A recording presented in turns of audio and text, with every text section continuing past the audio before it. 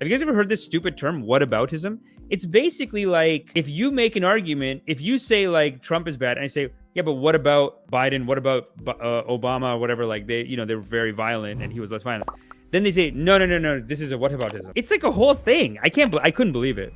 Have you guys ever heard this term, whataboutism? Because it's basically like, it kind of reminds me of like an Indian dad when you catch an Indian dad and they're just like, you getting too smart. Shut up. Like they don't want to argue it. They just want to you're doing what about it? It's whataboutism. You mean think for myselfism? It's like a whole thing. What is whataboutism?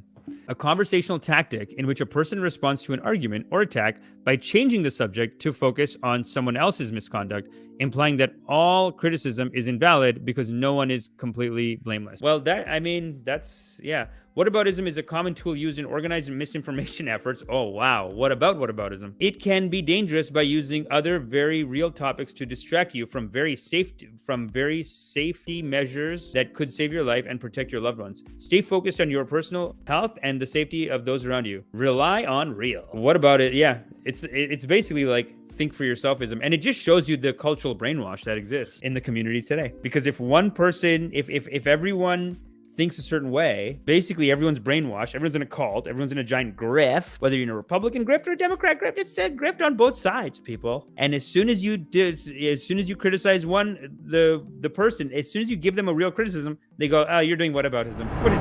What is that?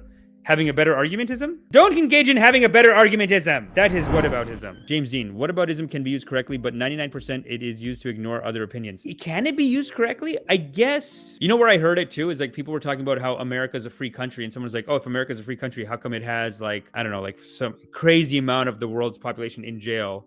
Those people aren't free, and they're in jail for bullshit. Like it's the highest incarcerated population. Like I said, Biden just like passed a law and just got a bunch of people arrested. Like it's not like that's a fair argument, isn't it?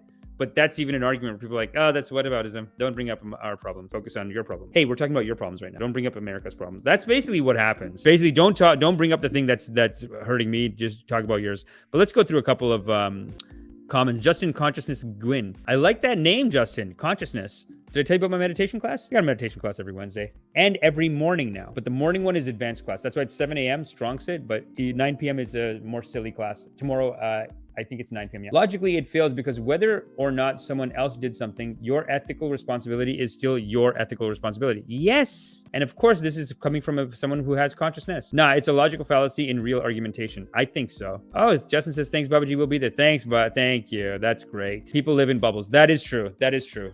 Everyone's kind of in a cult, you could say. Because the culture, if you're not in any cult, then you're in the culture, then you're in the biggest cult. See, if you're not in a cult, you're in just a bigger cult. It is, cult and culture is the same thing between religion and cult, where they go, a religion is just a cult that's more than 10,000 years old or whatever. Or a religion is a cult with more than 50,000 people.